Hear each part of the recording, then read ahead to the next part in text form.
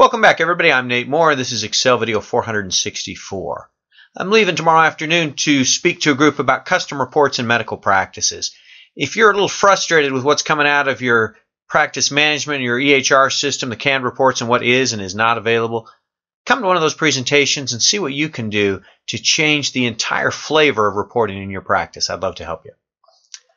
We're going to continue talking about Excel 2013 charts today, and one of the things that they've really done better at, this is a reason to upgrade to Excel 2013, is a combo chart. The deal with the combo chart is you want to show two different pieces of information on a chart. Like, let's say I've got 5 physicians here. They're family practice guys, and they see a wide variation in the number of diabetic patients. I'm going to go out and find the ICD-9 codes, and I'm going to figure out what those patients are. And then what I want to do is I've got a standard protocol for my practice. And maybe in this department or this area, this location, this whatever, I've got 5 docs, and I want to measure their compliance with the protocol in terms of A1C and recommending for eye exams or foot exams or BMI or whatever other measurements need to be in the chart. I've got a protocol, and I want to measure compliance with that protocol.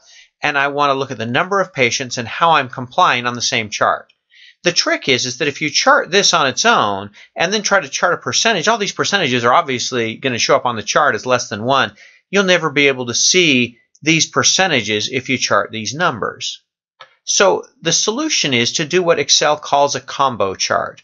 So let's grab this and say, I'm going to do a combo chart. And it's this graphic right here. It's this little icon. And what a combo chart will do, you can do this and see, I'm going to do a column plus a line, and this is what I was telling you about. The problem is that that line is using the same axis or the same scale, and you'll never see the difference between 39% and 93%. If you come over here, now we're a whole lot closer to where we want to be. See how I can get the patients in a clustered column chart, and I've got a line chart showing my compliance with protocol, and that represents what's on the secondary axis over here. Well, I can't point and show you because it'll go away. This one is not as helpful, but this one is. We can just do that and start to play with it. We might change the chart title to be what I have over here in A1, let's say. And you could play with these formatting percentages a little bit, but we're pretty darn close. That's not a bad chart. And it's a couple of clicks. It's a whole lot easier than it used to be to do a combo chart, to show a clustered column and a line with different axes. Now what I want to do is drop this thing. Then what I want to do is just show you how this create custom combo chart works. What you can do is you can say, okay, I've got patients and protocol here. Patients as a clustered column is fine, and protocol as a line is fine. But if you wanted to, let's make a mess just to show you what you can do. You could make protocol go this way and patients do that way. Don't try that at home. The point is you can do a lot of you can pick different types of charts that work with a combo chart here and play with it. Now, some of them obviously aren't going to work well together, but let's do a bar and a line.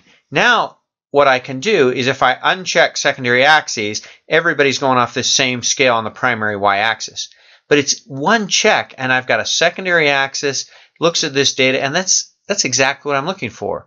So if you've got trouble trying to get it to do exactly what you want with, let's come back over to insert. With one of these, create custom combo charts, not bad at all, to bring up the data and say, here, let me help you do that. And you're pretty darn close. Again, I could come over here and I could add a chart title. We could maybe change the formatting here or move this legend up to the top or whatever. But we're pretty darn close, and it's lots easier than it used to be to compare 2 sets of data on 2 different scales in one chart. Very helpful trick that's new and useful in Excel 2013. Hope that was helpful for you. Stay tuned. We'll continue to talk about charts in the next Excel video. Thanks for watching.